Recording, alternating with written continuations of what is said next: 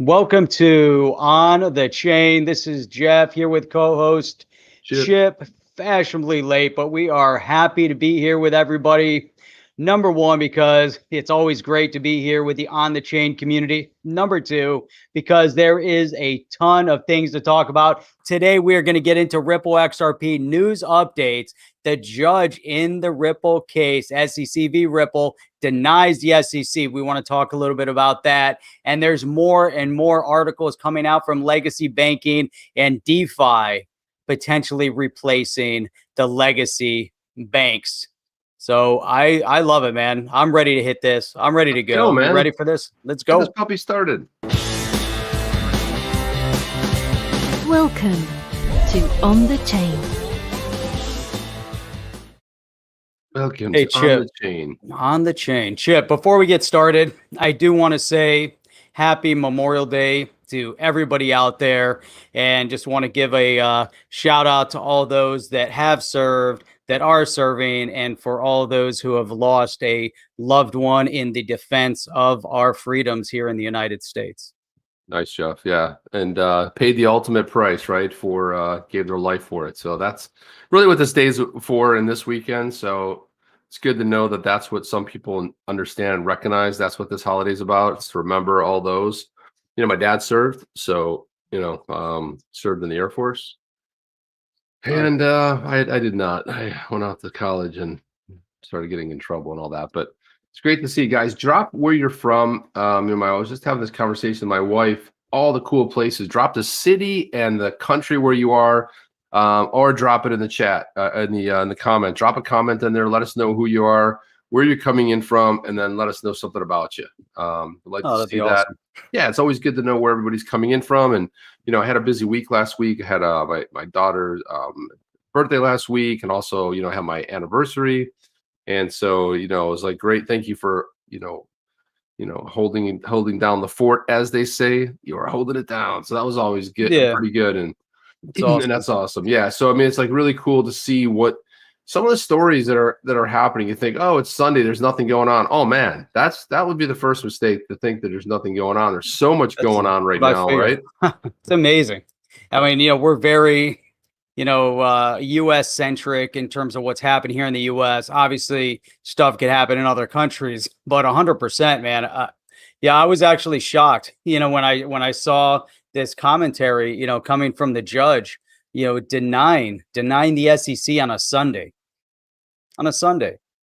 Well, it probably had time to review some of the paperwork and said, hey, it's not going to work. And the whole idea of, if you kind of like bring it forward and center, the idea is that, the SEC was going after their main sort of kind of crux to defend that fair notice was to go back into 2013, and they wanted to see all of the exchanges of Ripple's attorneys, reaching out and talking to Ripple about whether or not they thought XRP was a security. The judge found it.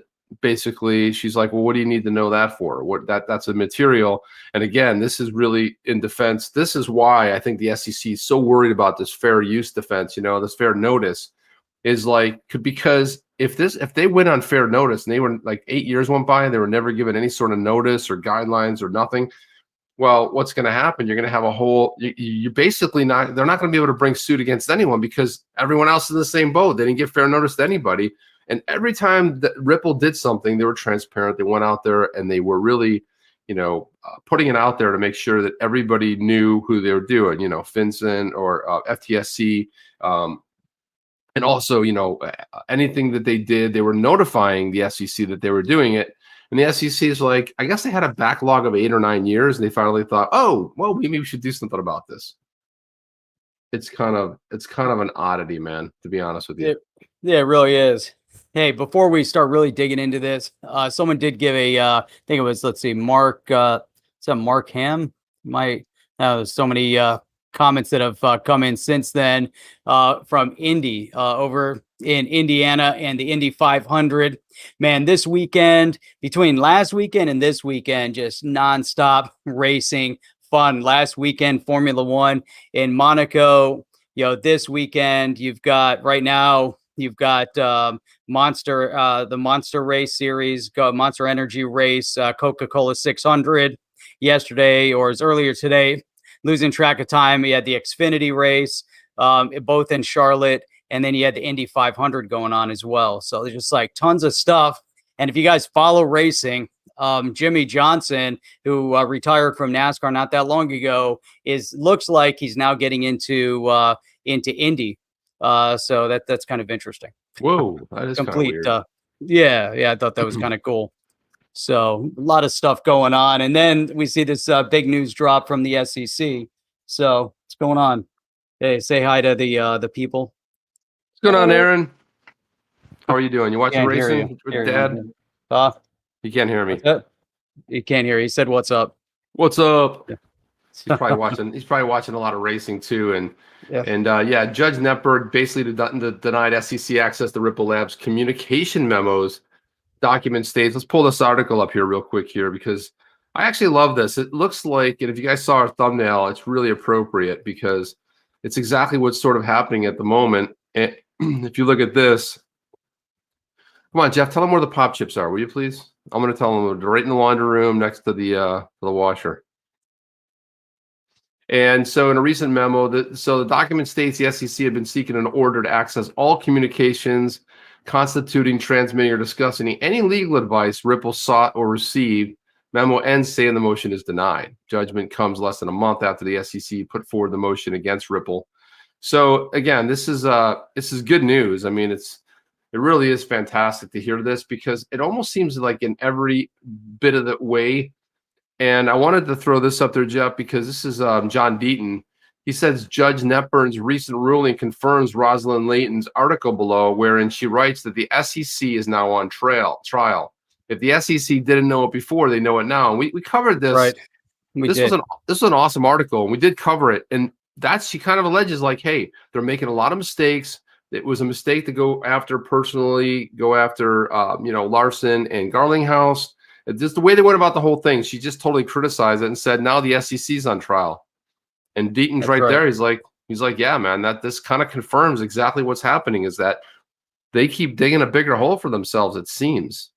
They really do, and that's where, I was going through some statement from the SEC that was filed. Was that yesterday or the day of Friday?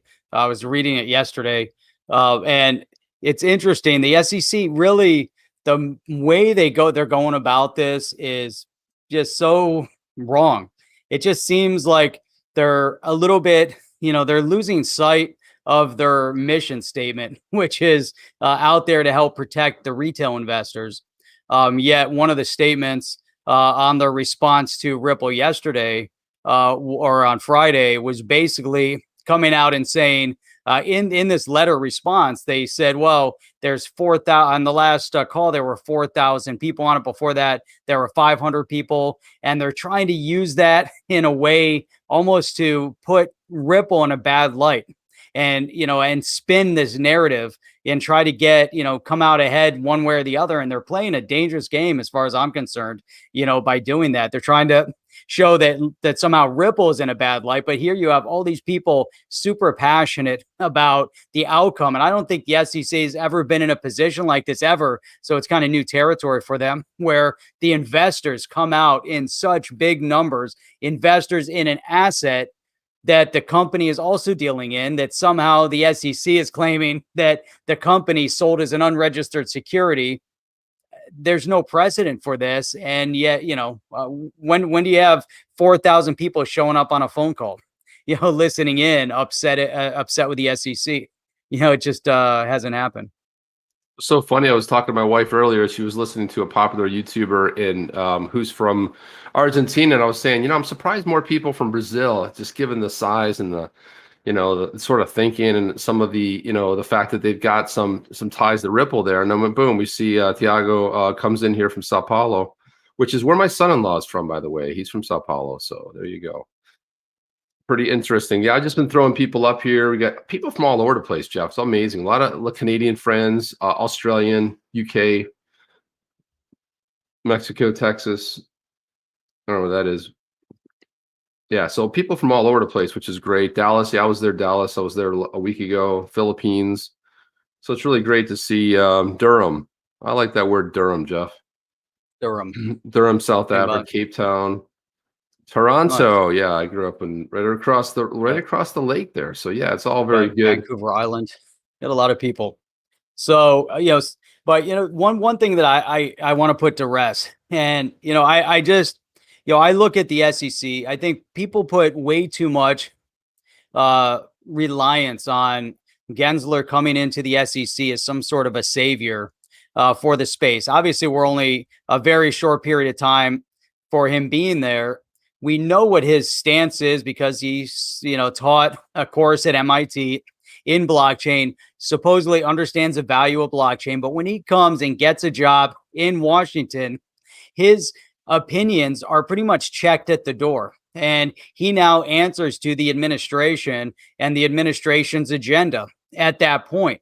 There's obviously some things that he can do, in the role of the chair of the SEC, like bringing suit against a company, being the primary individual that's responsible at that point for, making certain decisions. But at the end of the day, he has to reflect what that administration's and even more so, because there could be some separation there. It could be the agenda of the SEC. You don't know, but people are also putting Jay Clayton in a negative light and they want to dump everything on him. But I think he was caught in a point, because look at this guy, comes out, gets hired into the crypto space, but people want to single him out and say, well, it's all Bitcoin, Ethereum. Well, it's not, because even Bitcoin, Ethereum was opinion in their own personal capacity, just like Hester Pierce comes out and says things in her personal capacity with the SEC. But the SEC themselves haven't ruled on anything specifically, but then Jay Clayton and Chip, we've talked about this, and I don't know this for a fact. I'm just looking at it based on the way I see things unfold and understanding the narrative that led up to that point. We're looking for regulatory clarity in this space, and Jay Clayton, either, there's so many, variabilities to why he threw this out there. And one of them, word, Jeff, by the way, is variabilities a word? If it isn't, it should be variabilities. Variabilities, not variabilities. Variabilities. Variabilities. Variabilities. Variabilities. Variabilities. However you want to pronounce it. I got the point, but I like it. I like that word. And Jeff, I was a little bit frustrated this week. I had to have a little bit of fun with the whole Gensler, and so I took it upon myself to map the face of Gary Gensler and Hester Pierce onto a famous American painting called American Gothic, and I just had to have a little bit of fun with this. So in this past week's testimony, Gary Gensler was asked if he would stop the nonsensical SEC v. Ripple case. This was his response. And let me just do this. Here we go. Let's just play it from the beginning here. No.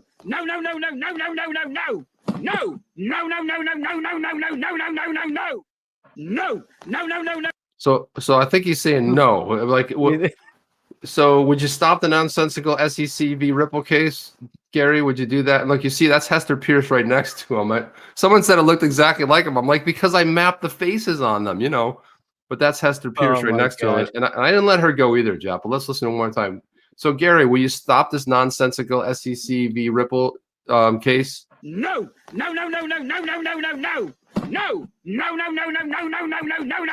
So then, in fair game, Hester Pierce, she stated that she was not offering opinions in an official SEC capacity. So when pressed for additional details, this is what she said, Jeff, and I want to see what you think about this. How do you know what's good for me? That's my opinion! How do you know what's good for me, Hester? How do you know what's good for me? That's my opinion! And the opinion is always in the capacity, Jeff, not an official one, but just sort of like a personal one. And to be honest, Jeff, she might be a really nice lady, but I really don't care what her personal opinion is. I mean, we care about her opinion because she's a commissioner in the Securities and Exchange Commission. So enough with the logos in the background, the official suit on, and the pins and everything else. And this is not an official statement from the SEC. It's starting to get ridiculous because you would assume that if they were going to make a comment, can you hear that one more time? That was fantastic. Look at the face she makes right before, Jeff. How I love it. I love it. For me. That's my opinion. It's too much. Anyway, that was had a little bit of fun. I had to, and people are like, Uh, someone had a comment that it looks just like him. I'm like, well, yeah, because when I saw somebody else had tweeted that picture, and I go, you know who that kind of looks a little bit like? What if I just map the faces on there and sort of have a little bit of fun with it? So That's too much. yeah, it kind of had a little fun. It's like, it's like you gotta sort of like you have to laugh during these times. Oh, Chelsea won. There you go. Boom. Chelsea won the championship. Very good to hear that. They're doing good. They're happy. Very good to hear that. I've always been like, I always followed the Premier League, and it's the first year I really haven't because it's like, just there's so much stuff going on. But yeah, I'm a big football fan, man. I love, especially international matches and stuff. I love watching stuff. But I've always been a fan of the Premier, But I'm not a fan of racing, Jeff. So I rely heavily on you for giving us those updates because that's just something I don't know much about. Racing is awesome. We used to watch racing a lot more. Used to go to Daytona. Went to the Indy race over in Belle Isle in Detroit. Hopefully we'll get to go to Formula One over here in Miami, but looking at the ticket prices, I think they're already sold out. So Yikes. that's going to be next year. Can you get a nearby hotel though, like, and just watch it from the hotel? Oh, I'm sure. Yeah, I used to have all the inside track of getting tickets and stuff, but I don't really know anybody involved now in automotive at that level that are getting tickets. So that would be really cool to. But man, I'll tell you, the difference when you go to a race though is that you have to get the fan zone, or you have to be able to go backstage into the into all the tents, and be able to see them, wrenching on the cars and do all that. It adds a whole different layer of excitement to the race. Even if you're not into it, it's awesome. If you can get into Montreal or even going over to St. Pete and being able to watch watch the race over there. I mean, there's a ton. It's really cool. So Really Jeff, cool. in the vein of this whole thing, let me see if I wanted to show this because this is fantastic. So, obviously, if you guys don't know, there's a Bitcoin sponsored car. I don't know. It's a team that's sponsored by Bitcoin. So I wanted to go ahead and throw this up there and show it. Yeah. They raced Indy 500. I think they came in. They come in 8th. I don't even know. So there it is right there. There's the car right there, and you can see all the Bitcoin, and then right, yeah, great. So Matt Hamilton put this tweet out. It's fantastic. He says, once the Bitcoin car crosses the line at the Indy 500, they'll have to wait until 6 more laps are completed to ensure it really is finished. I was like, oh, that's so on point right there, man. That's just so funny as hell, man. You have to love that, man. Yeah. It's awesome. Yeah, what did they come in 8th? Who was the driver for that car? I don't even know. Yeah, I don't know. Nobody. I didn't even see them on the. It's funny. I was watching it and I didn't even see the Bitcoin car. It was. Let me see. Well, then there's this one here. I want to show this little one here. This was something I thought was kind of funny. Again, so it's like, hey, get that S coin out of my face, and then you see the XRP Cracker there. It's like doing actual research, eating some of the Cracker, and it's like, oh my gosh, it has a decentralized exchange. It's actually decentralized, scalable, 1,500 transactions per second, deflationary, low fees, fast 3 seconds. It's like, boom, wearing the XRP hat over on this one here. But sometimes that's how it happens. You start, you got to sort of like dive in a little bit to know exactly what's happening before you start making all your calls. You're like, oh, I know exactly what's going on here. Sometimes you don't always know what's going on. And then there was this tweet right here from our pal, General Counsel of Ripple, Stuart Alderati, said, hey, I just finished rereading Melville's Moby Dick, the story about Captain Ahab's blind and irrational obsession with hunting the white whale. Spoiler alert, it doesn't end well for Captain Ahab. And so I tweeted out there that, it doesn't end well for SEC either. And people are like, did he really read the book? I'm like, no, you kind of read between the lines here. He's talking about the SEC, this blind and irrational obsession with hunting this big giant whale, and it doesn't end well, right? So it does not end well. Yeah, it doesn't end well for Captain Ahab, and that's the spoiler alert. You don't have to know exactly what happens, and that's why I was tweeting out that that's exactly right. It doesn't end well at all. But no, I mean, to me, this is just one more, critical victory. And they really need to rein themselves in and start focusing on, how they're going to help investors. retail investors. And there's, a lot of, when you look at current administration and, and just in general, sometimes you get to a certain level and people at that level tend to forget about, the regular people. It's like, especially when you get into government, because they, everything just happens around them. They start getting elected. They start believing that they're better than everybody else. And they have, this sway over people's lives, especially the lifers that are elected, time after time. And it's really, it's devastating, in terms of the overall outcome. And, we see little glimpses of their mentality, of their behavior towards, towards people. And, here's a case in point. They've lost sight. They've definitely lost sight of who they're trying to protect. And even some of the statements that are coming out, in regards to the crypto space, So you want to cue this one up? I thought this is a good one. I wanted to segue here. Up there. Yeah, I got a video here. So I thought this was pretty on point here, but this was last week, Brian Brooks. We played it. I think he played a good one this past week, but let's just take a look. Yep. Let's listen in on there, because I think he's making a really solid point. Again, he's one of the, I mean, it's amazing that he got into crypto too, right? Ex-government official. They all came over. They were all in the Trump administration. They all went into crypto, right? So you had William Hinman, crypto company. You had Jay Clayton, crypto. You had Brian Brooks, crypto. Now the CEO of Binance, US, I should say. Let's clarify that US. Let's put this up on the screen. Build here is a fundamentally new technology paradigm for not just finance, but for a lot of human interaction here.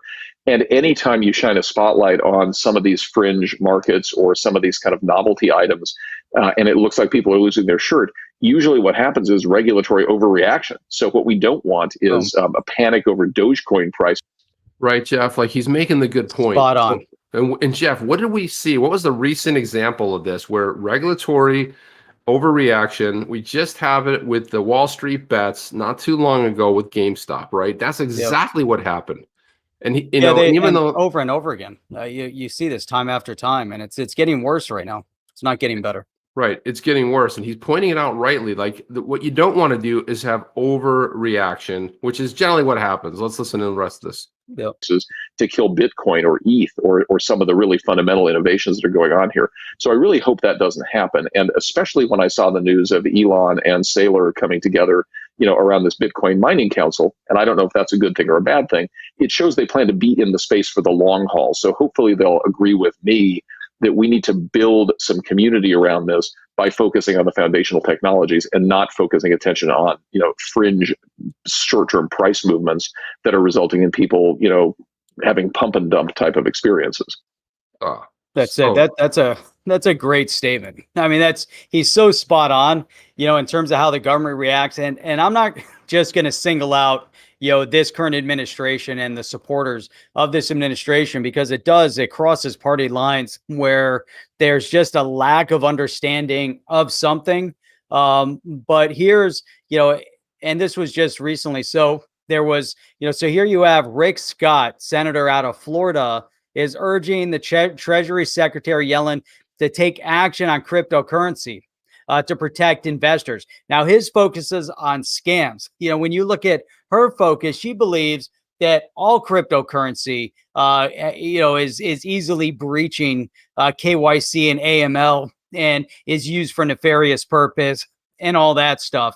But one of the things that we see a lot of right now is that the media attention keeps focusing on what's happened over the past year, but that's it. Or the past couple months. They don't look at 10 years. They don't look at the ramp up. They don't look at the ups and downs. They look at everything in a snapshot. And here Scott is saying to Treasury Secretary Yellen to take action on the scams, which have risen 1,000% in the past year and have cost at least $80 million. And he's calling it an unregulated industry, alarming amount of criminal activity. This at a time where there's still criminal activity with some of the big banks. You always see a little slap on the wrist with that. We are seeing, some hacking and other things going on that will continue. He said an alarming amount of criminal activity surrounding cryptocurrency demands action. he told her. Now, his focus is, and as we get into it, his focus is protect the investors, but protect the U.S. for innovation. Don't allow the U.S. To fall back on innovation. And you really have to dig down in this until you figure out that he was looking at both ends of it. And he said, what additional steps should Congress do? So look at this. Let me see. Was it here? No, it's further down. So that was number one. Then he also questions what the administration is doing to protect cryptocurrency markets from foreign interference by our adversaries, including China and Russia. Right. So he didn't say, let's get rid of them. He's not saying they're all nefarious. He's saying there's scams that are affecting innocent investors. And by the way, what are you doing to protect our cryptocurrency markets in the US from this kind of foreign interference that's going on? And he further goes in talking about innovation and other things. It's not just about one side of it, but her whole focus is always one side of it. She's not looking at the whole picture. I haven't seen her come out and have those kind of statements. Well, Jeff, this weekend I did a little bit of digging on Janet Yellen. And, you want to, it's in the notes there, but if I had a guess, I want to put it out to the community, OTC community here. What do you guys think? Without looking it up, don't Google it. What do you think her net worth is Janet Yellen? What do you think she's worth? Is she worth like 500,000, a million, 2 million? What do you think her net worth is? Drop it in the chat right there. Let's see how close we can get to this. I'm just curious where you guys think she's coming in at. You can always, you can Google it, but we don't need to do that. I just wanted to kind of get your sort of your thoughts here. Let's see what they come in at, Jeff. Let's see. So 5 million. Okay, that's a pretty good guess. 1 million, very good. Mark says 5 million there. Van Life says 1 million. 1 XRP. 589, yeah, $589. Or a million. There you go. 25 million right there. Charles says 25 million. That's also a good guess, right? So there we go. 89 million. There you go. 589. 589. Sorry, that's a 589 million. Here, SimCity is like 250,000. That's it. $250,000. That's it. So and then we got Annie says 21 million. All right, in Bitcoin. Yeah, so I gotta tell you, that's probably one of the closest guesses so far without looking it up. Ain't worth a damn. Wait, China finish. Oh no, Dollar said that. I want my $2. That's a great movie, by the way.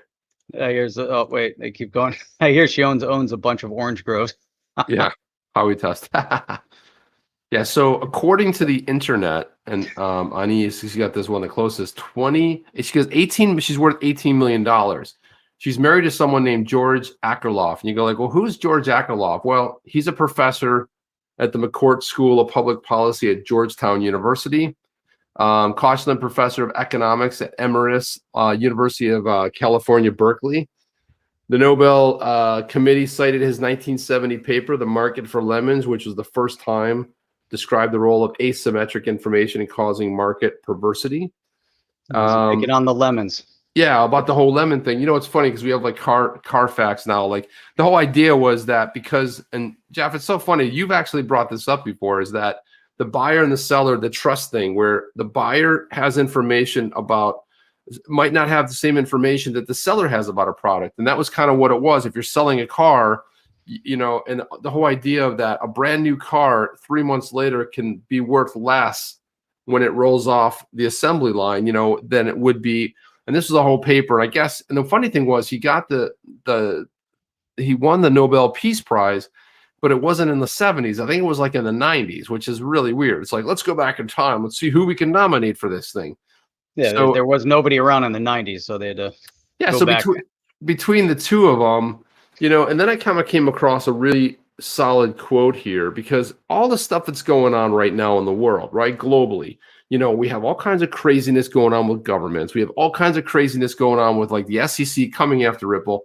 And I found this amazing quote that kind of like settles it. It says, it's Dr. Martin Luther King Jr., "We shall overcome because the arc of the moral universe is long, but it bends towards justice," right?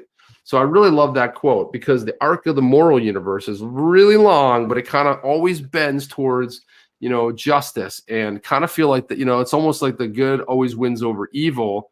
It just takes some time, but usually that's how it sort of ends up. So we look at all the people. Jeff and I reviewed this case back in December. We were on here streaming every day. That's kind of what started the daily streaming. But when we started looking at it, we said it's a really weak case. There's a lot of garbage in that thing. But go prove that they sold an unregistered security in 2013, and then the fair notice. I like the defense of the fair notice, right? And this whole thing of them not being able to show, because that was their whole defense or prosecution here was based on the fact that they could show that maybe an attorney said it was a security, and it might be a security XRP. And if they were able to show that, then they would say, well, there's your fair notice right there, right? You guys had an idea. But they kind of sunk that. So what are they going to do? All bets are off. Who knows? But I wanted to, Jeff, any thoughts on that?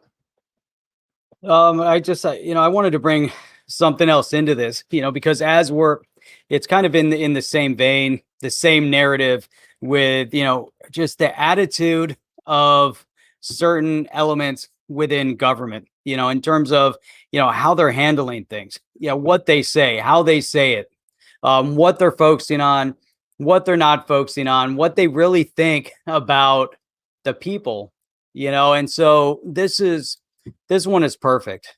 Let me see if I can get it. So this was Judy Shelton put this up. She said, "What a presumptuous attitude." Well, read the other one first. Read Warren's tweet first. When predatory lenders lay traps that working families fall into, those financial institutions want everyone to think that those families were just irresponsible, that they brought it on themselves. But we see through the spin, and we fight for an economy that works for everyone. So then we go on to the response that Judy had. What a presumptuous attitude, as if adult members of working families are somehow more apt to be naive, financially unsophisticated. Don't infantilize borrowers, especially from working families. They're probably sharper than you are. Jeff, and I think that was really spot on. And you need to take that, Chip, and it then applies back to how Janet Yellen has the exact same attitude. Also, the SEC kind of relating the same exact attitude. So when you start seeing this all stack up, you get this idea that even when you put a Gensler in there, regardless of what his thought process is, it doesn't matter. It doesn't matter. It doesn't matter what he thinks. It doesn't matter what Hester Pierce thinks. No, that's so. What I like about that is that politicians somehow they have this thing. I understand you're supposed to look and protect people, but don't assume we're stupid. Okay, don't assume we're not smart enough to figure out what to do with our money, what we should do with our money. Don't be a bank that's going to tell us, oh, you can't put your money into crypto. No. We're smart enough. Are we all smart? No, but we make mistakes. That's how we learn.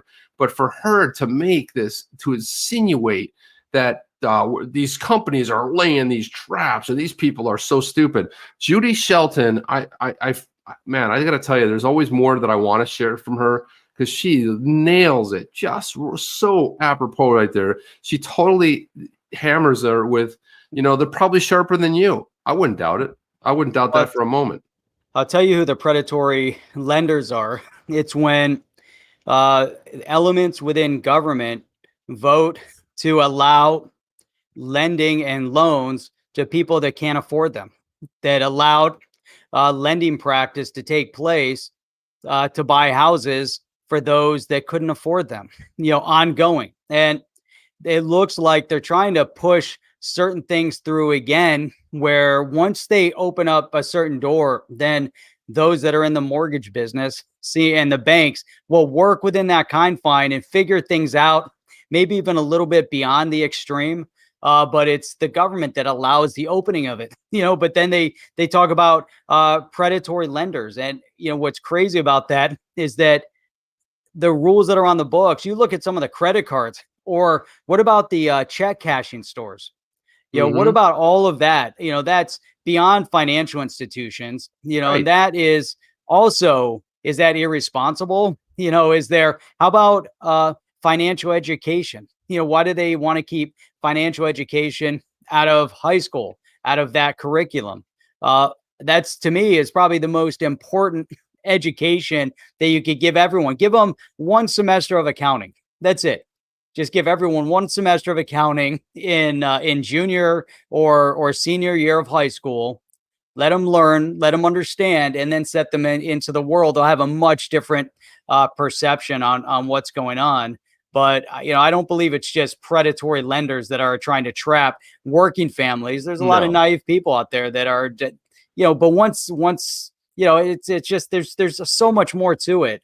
But they want to, they just want to make it. It's just they just want to take care of people and create the problem, and and it's just keep piling on and piling on and piling on. It doesn't go away with that attitude. Yeah. And we have almost 400 people. So if it's your first time here, like, subscribe, click that notification bell.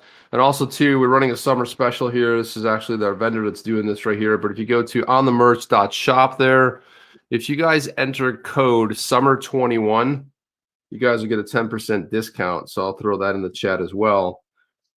It's good till the 1st of June. So do not hesitate. You got 2 days left to go ahead and do that. But, here's one of the things right here. You can see this sniffy thing. I think I'm going to probably freeze up here because, let's see. Yep, probably. I'll probably have to back out of here. But anyway. You're not frozen. Oh, you are semi-frozen.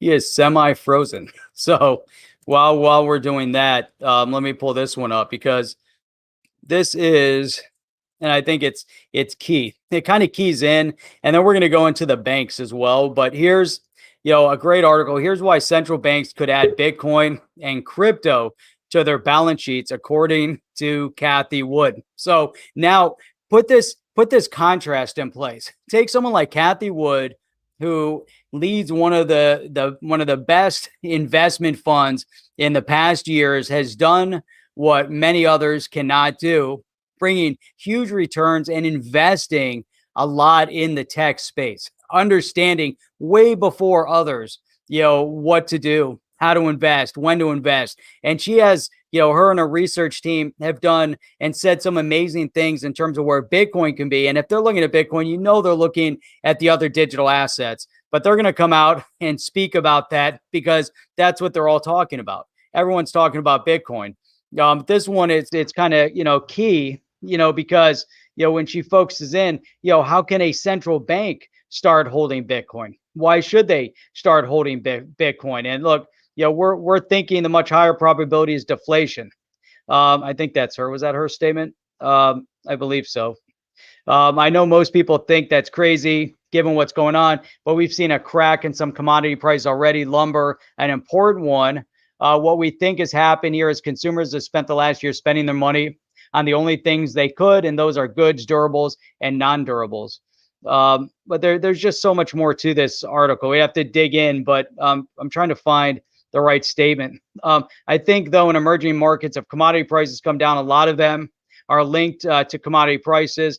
Their currencies will come under pressure. I think what will happen is currencies come under pressure, the velocity of their money will increase as more and more of the population shift into Bitcoin and other cryptocurrencies and assets. That was the key, phraseology there, Chip. And, here you have, this movement. So banks are going to get it, but banks are on the sideline. What do you think about Cathie Wood's statements there? And then I want to put up another shock, in terms of, the banks in general, their timing, the brick and mortars. Yeah, I was going to put that up next. I mean, look, this next article, I almost think this really plays into it beautifully right here. Legacy banks, either you learn about staking in DeFi or you're going to risk extinction. That's it. You can pretend. That right there nails it, right? It's like if you're going to sit there on the sidelines and you're not going to jump in and you're going to pretend like everything's business as usual, guess what? It's not business as usual. And if you don't, there's another thing we have about the banks too, about some of the other banks and the way they're looking at crypto. Well, I think they got it all wrong. And I think that the banks, the new banking charters that kind of went to some of the newer decentralized projects that are coming up, they get it, right? But for a bank, the banks are always going to be the last ones to know. They'll get a knock on the door and they'll realize you're done. You're extinct. We don't need you anymore. Here's the new bank. It's right here. It's on everybody's phone. We don't need you. And the whole idea of this right here, it says, I'm trying to see where it says here. I don't want to jump in it, but I don't know, Jeff, you want to weigh in this first? No, go ahead. Go ahead, jump into it. Yeah, I was going to say, so at the end of 2013, a Venezuelan in San Francisco told me about Bitcoin, gave me some, which I still have, but I didn't pay much attention to it until 2015 or 16, talked to several people in Silicon Valley, and they were telling me it's going to be part of the future, right?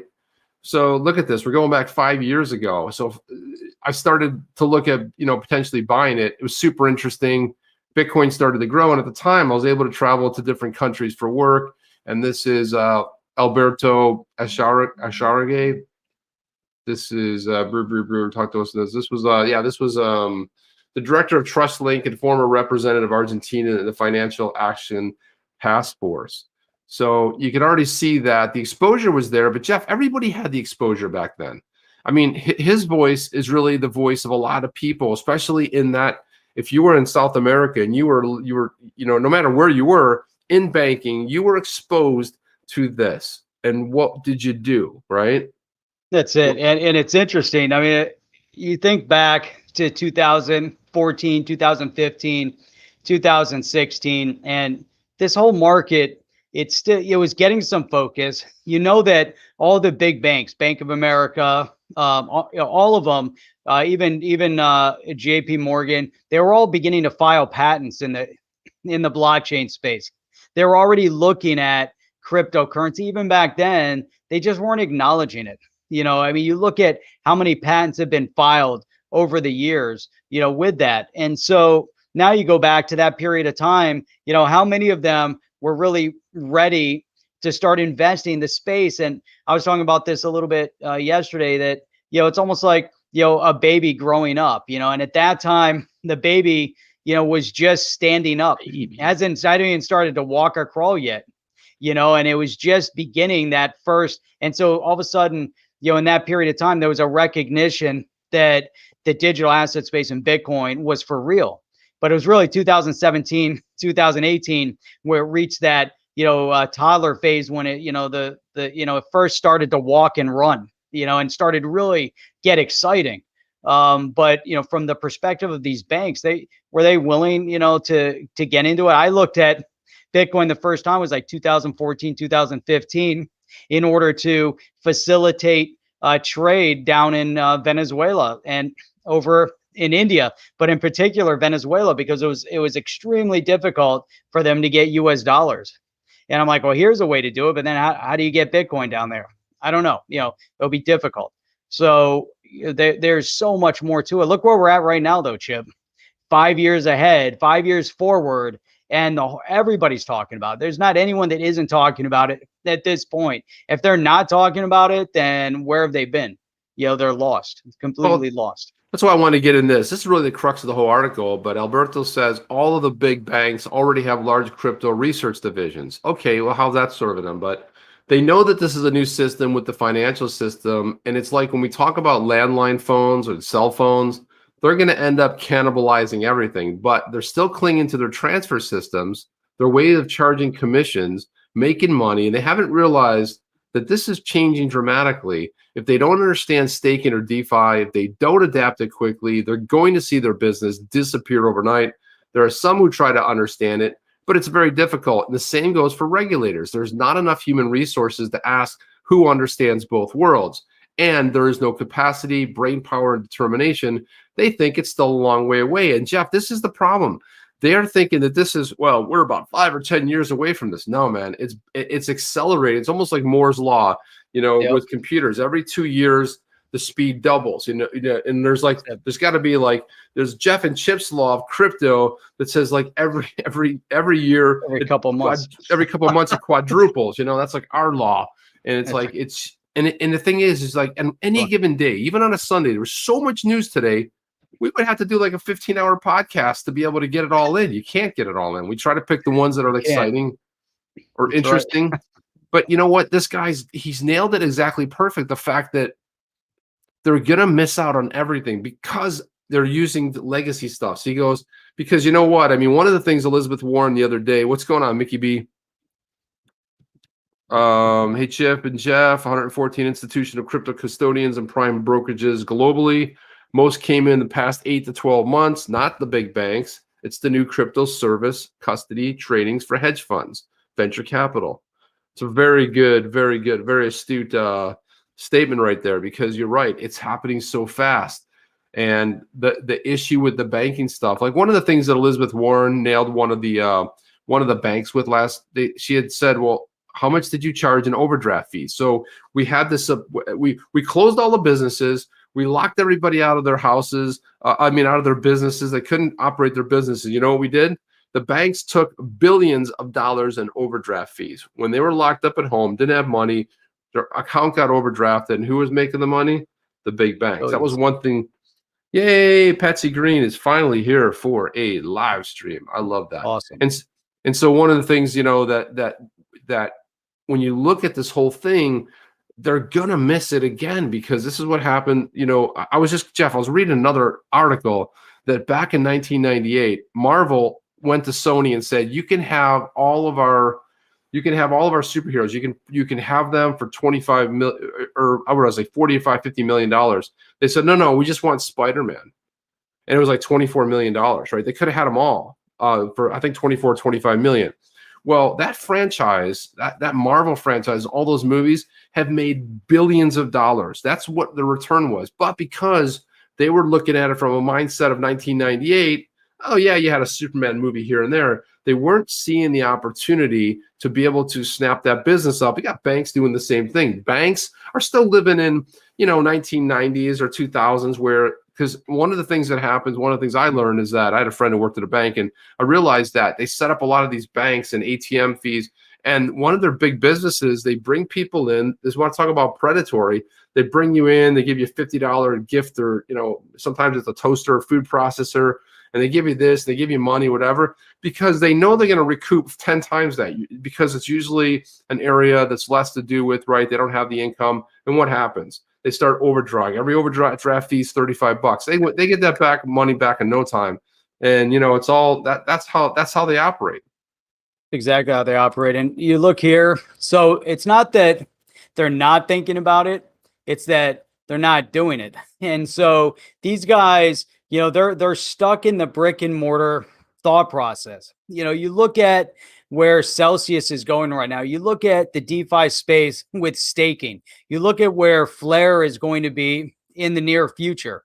You look at what some of these, Channing just posted here, make you be fresh. Let's go with more DApps. So, the DApps, there's all these things that are churning, in the background, but yet here you have the banks, but the banks are doing what they know best. And to move from legacy brick and mortar to fintech, they can't undo and unravel everything that they have. They want to hold on to what they have, and then you look at some of their policies here, so yeah, Bank of America, Citigroup, and Wells Fargo have now shared where their policies are.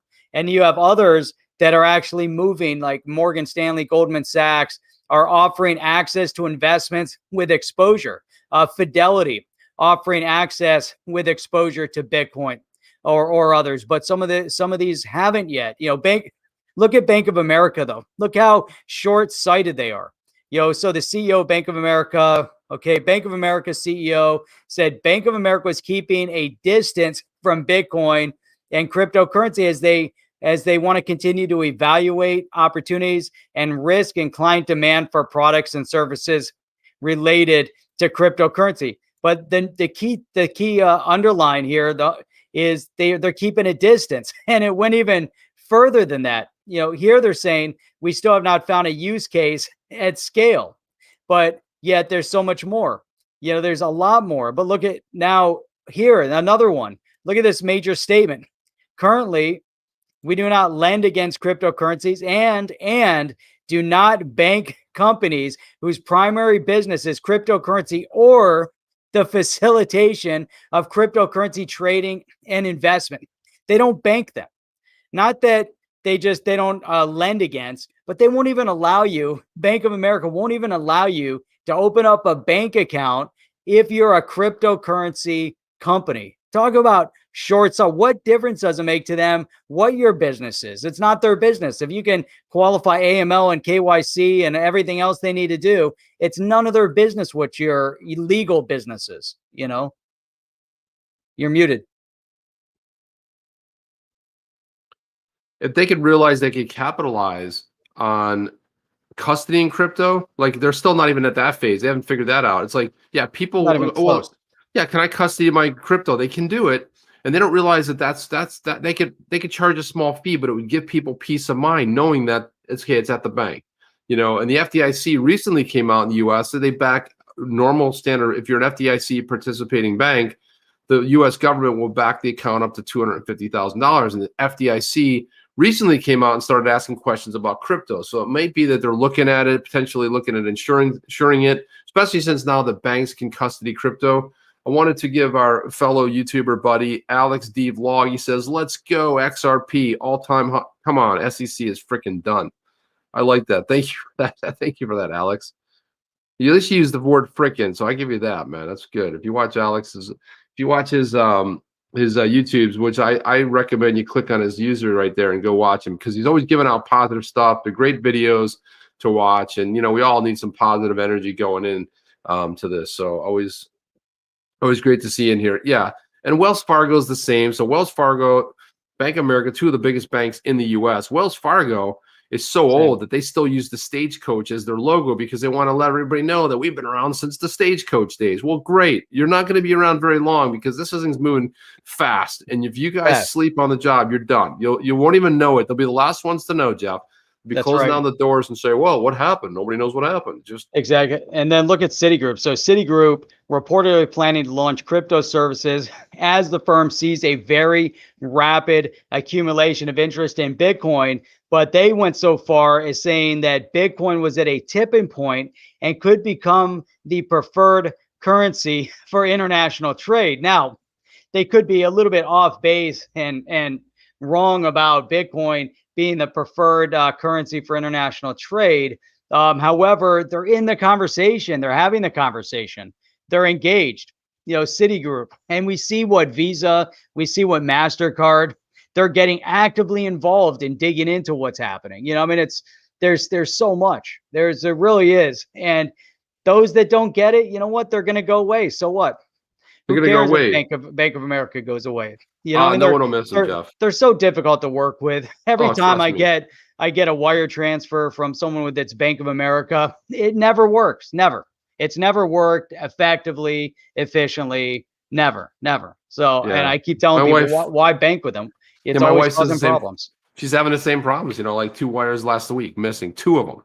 That's a 100% failure method. 100% failure. Another friend of ours using B of A, trying to wire stuff to buy a property, didn't work. Lost. The person at the bank made a mistake because they wired it to they messed up the numbers. This is what happens. It's like, okay, so that's 100% failure. I mean, and they're like, well, we don't know. We're thinking about Bitcoin. We don't know. We're not going to bank anybody that's in this new industry, which has been around for 11 years, but they're not going to do anything with it. So Rob XRP, what's up? Appreciate that. Legacy will be left in the dust. Now, Zora was saying that Bank of America is a private institution. It can say no to anyone they want. No, they can, but I mean, other people go elsewhere, and then they forget about it. So yeah, any private, you can do what you want. I agree 100%. Stopping them. Yeah. And the freedom to do that. Then we've got Monterey says, thank you for that. He says, Celsius is the future money business model. Love them. Right. And we've had Alex Mashinsky on here. And the one thing Alex has put the challenge out time and time again, saying, look, I didn't want to go build Wall Street 2.0 where we front end all the fees and everything else. He goes, I was trying to build something different where I want to encourage people to hodl their cryptocurrency and then earn from it. You get to a point where you accumulate enough or the value hits enough that you can live off that without touching your bags. There are no exit ramps. And, you know, when Alex was talking about, hey, we give 80% back, we keep 20% for ourselves. If you guys want to do 90-10, go for it. Has anybody taken them up on the 80-20? No. You know, there's some other ones out there. They're just not as strong, and they don't have the track record of somebody like that. That's a really strong point there, Monterey. Appreciate that. Yeah. I want to throw this up just to get it up there, just so we get the idea of how involved right now, even in the mainstream, even if they get it wrong, how involved they are at this rate in this space. Yahoo Finance, judge denies SEC access to Ripple's legal communication. Yahoo Finance is posting a lot of these articles now in the crypto space. And if you want to Yahoo Finance, and you get mainstream readers and mainstream investors, and they're looking at this, they're like, what's going on with this? This is a major headline case, and then you get into it and they start reading it. There's so much exposure right now, whether it's, good, bad, indifferent. There's so much exposure coming right now in the cryptocurrency space, blockchain space. This SEC v. Ripple case has brought a ton of exposure. And then someone else was saying, why you guys keep referencing articles about Bitcoin? Well, Bitcoin is, top of conversation with all of the big institutions. That you just have to, look at things, from a realistic perspective. We want to talk about XRP. They're not talking about XRP. But when they reference Bitcoin, they're using Bitcoin as a term, just like, tissue or Kleenex or however you want to phrase it. It becomes a representation of all the crypto space, even though they're focused on Bitcoin right now. But eventually it's going to become synonymous with, even if it's in a short period. So anyhow, my 2 cents. So Doc, thank you for that, Jeff. The Doc's Gambling says, Celsius, give me an insurance and debit card. They're working on the insurance part. The debit card is not part of the philosophy of Mashinsky, and they want you to hold it. They don't want you to spend it. Now, will they come up with something where they allow you to spend that, your earnings? Potentially, right? But that's kind of what, because we actually reached out to him and asked him about that. It's something he really didn't want to get into. Also, Jeff, I could take this for one of those interesting plugs that I will probably freeze. Yeah, of course I'm gonna freeze. All right, freeze up. But anyway, guys, use the summer code 21. Use summer code 21. It's good for 2 days. You get 10% off on any of the things we have. So check that out. Sweet. There he goes. And he's out. Kicked him out of here. So we just covered a whole bunch of stuff. I mean, it's impressive to see, where this space goes day to day. I mean, we gather here 6 days a week, Sunday through Thursday at 8 p.m. Eastern Standard Time. And then we do a show on Saturday mornings at 8 a.m. And there's always something new to talk about. And the best part as we gather here, every night, is really to get a good understanding of and learning from each other. Chip, I've seen a lot of comments, from people in the stream, and I say, what, On the Chain is some of the smartest, people, I think, out of the majority of YouTube channels out there. And we keep, gathering. We might not agree all the time with everybody. They might not agree with us, but so what? That's not what it's about. So it's no fun having a conversation with someone if they agree with you 100% of the time. I mean, it just takes the enjoyment out of the conversation, takes the enjoyment out about, knowing other people, because you want to hear their opinion. Except for the fact that we agree 99.8% of the time. Every once in a while we get into like a disagreement, but I think you just do it to get my goat, like just to be an opposing voice, like just to be out there. But even those nights are fun, right? When we kind of go back and forth. But again, if you're first time here, like, subscribe, click that notification bell. Yep. Channel's growing, guys. We're trying to hit 16,000. We are just shy of 16,000 subscriptions here. And all of our success is due to you, because you guys show up, you guys share this. That's really the best way you can help us. Share the channel. Hey, have you guys heard about On the Chain? Go ahead and tweet about it or share it on Facebook or wherever you like, whatever social, on the TikTok. I don't care where you share it. Share it somewhere, but that's how you help out the channel. That's really our success for our growth, because of you guys. You really make it happen. And if it wasn't for you, we wouldn't be here. We just talking to each other. And Jeff and I do enough of that off stream. So right. That's all I got. Yeah, that's awesome. I just tomorrow's another night. Are we streaming tomorrow? Memorial Day. It is. What are we going to stream tomorrow? I don't know. We might. It's a holiday, so I don't know if we're gonna, Jeff, or not. But we it's usually a holiday. We probably take the holiday off, but we'll see. We might just stream. Yeah. It might be a slow news day That's too, all right. so who knows? But it wasn't today. Yeah, so. and it definitely wasn't today, and it's evening, so we'll see. If not, we'll let you guys know. You'll see that post. That's why you subscribe. That's why you hit the bell notifier, because then you get notification when we get ready to stream. So yeah, thank you for that, Matthew. He says, hey, Jeff and Chip, big hi from the UK. Thanks for your work, keeping us updated. Yeah, thank you guys. Thank you guys for, like I say, coming in here and sharing stuff. Look at this right here. Right. Hella Bliss, I just subscribed. Thank you very much. You're getting us closer. The TikTok. Yeah, I love that.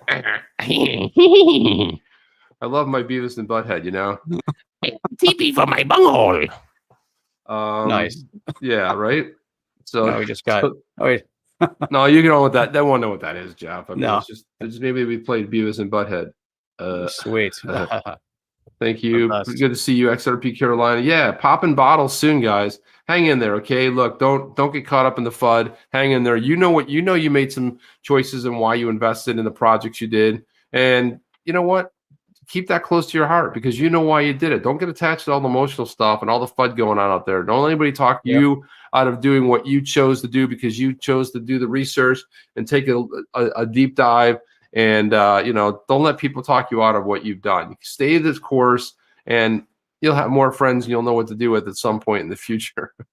And the key is, remember, decentralization equals freedom, baby. Freedom. You know how it is. So with that, and hopefully tomorrow night we'll be back. If not, Tuesday night, but we'll let you guys know tomorrow. Until then, we'll see you on the next one. Chip and Jeff out. Are you down with OTC? Please like, subscribe, and click the bell to be notified when the next video drops.